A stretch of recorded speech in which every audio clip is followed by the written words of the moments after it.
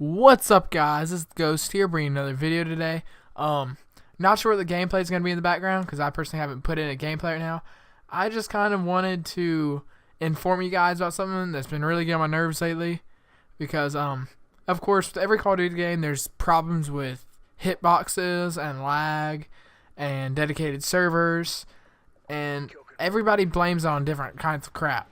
This includes me. I make up excuses all the time about random crap as well. But what people don't understand are what hitboxes are, what causes the lag. Would dedicated servers fix the lag? They don't understand that there's not one simple answer to the problem. First, let me get into the hitboxes.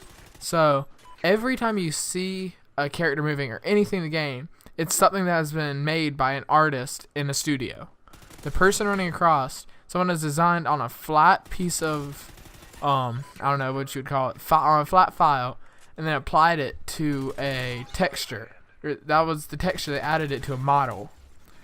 The model is also attached to the hitboxes. Perfectly, the model would be perfectly attached to the hitboxes. So it's perfectly in line, so when you shoot directly at the model, you hit the hitboxes. Now, lag compensation, which is what a lot of people blame it on as well, is when what they'll do is they'll put the hitboxes slightly behind the model, because on one person's screen it'll look on whenever you shoot at them, it'll work up together, while on another person's screen it won't. So it's required, otherwise it would be completely terrible, because you would be shooting at someone and the and without lag compensation you'd be missing them as well. Lag compensation usually helps the game. Now, with the whole lag and dedicated servers, people don't understand that the lag, whenever you get lag, it's majority of the time it's only on your side. It's not on the host side. If it's on the host side, everyone experiences it, and it usually switch hosts to another player. Dedicated servers, instead of having a player as host, it has a server, but it's several games running off of the same server, so it's going to be slow anyways.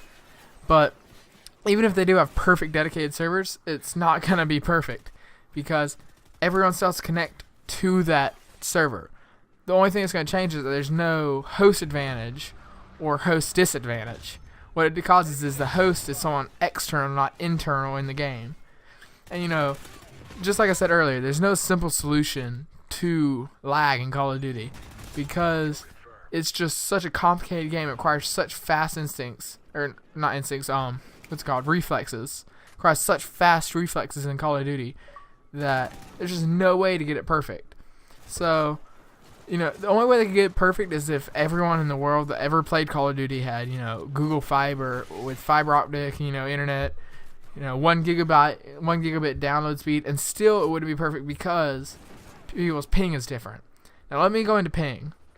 Whenever I hear someone's like, oh yeah, let's, if they're DDoSing, because I know a lot about DDoSing. I used to do it myself, stopped because it was really stupid. And I realize that now, I didn't then.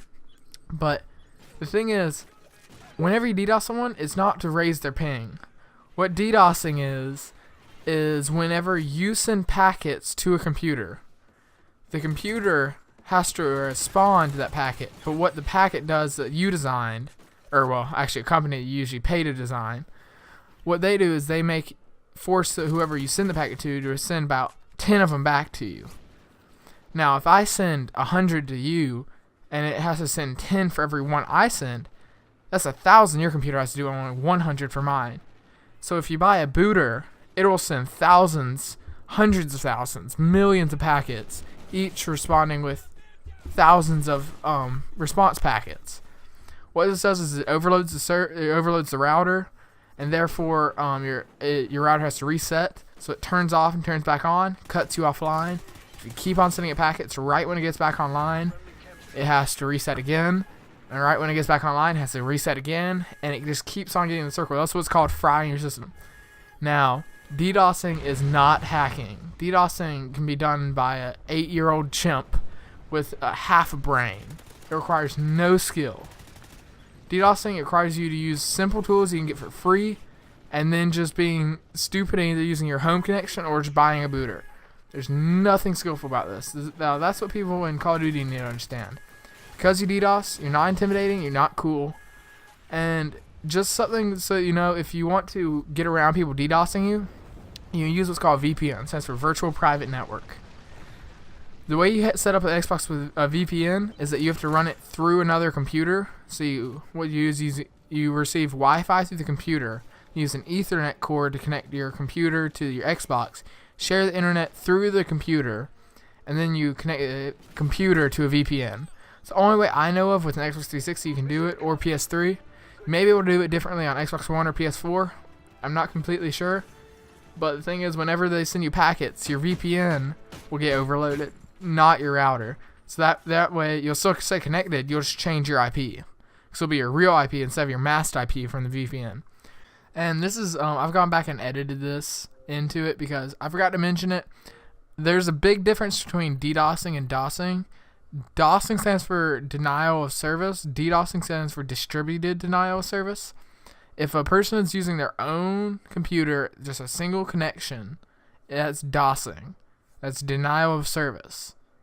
DDoSing is when you either have a botnet or use a stressor, which I forgot to mention is also another synonym for booter. That's just my little rant of the day. If you have any questions about anything related to this, feel free to comment it, and I'll see you guys next video.